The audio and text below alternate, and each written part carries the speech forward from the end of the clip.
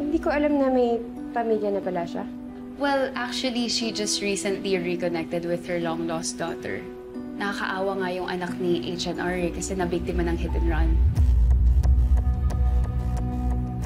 Alam niyo po ba kung ano yung name ng anak niya?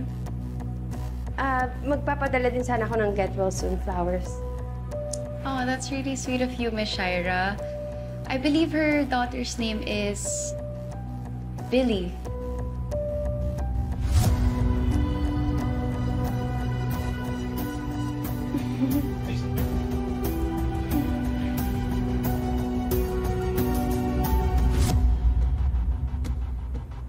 Today, huwag mong pagdiskatahan yung pagkain.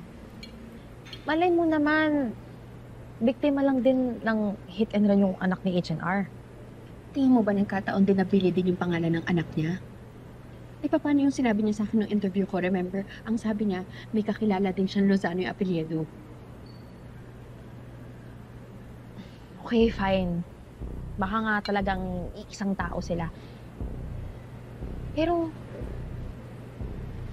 di ba nga, taga-bundok yung... Di ba, terorista sa bundok yung kapatid mo?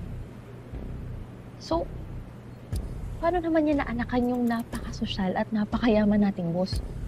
Ewan ko, Leslie, wala na akong pakialam doon. Wala na akong planong halongkatin pa yung past nila. I'm worried for myself. Paano ko makakapagtrabaho ng maayos knowing na anak ni H&R si Billy?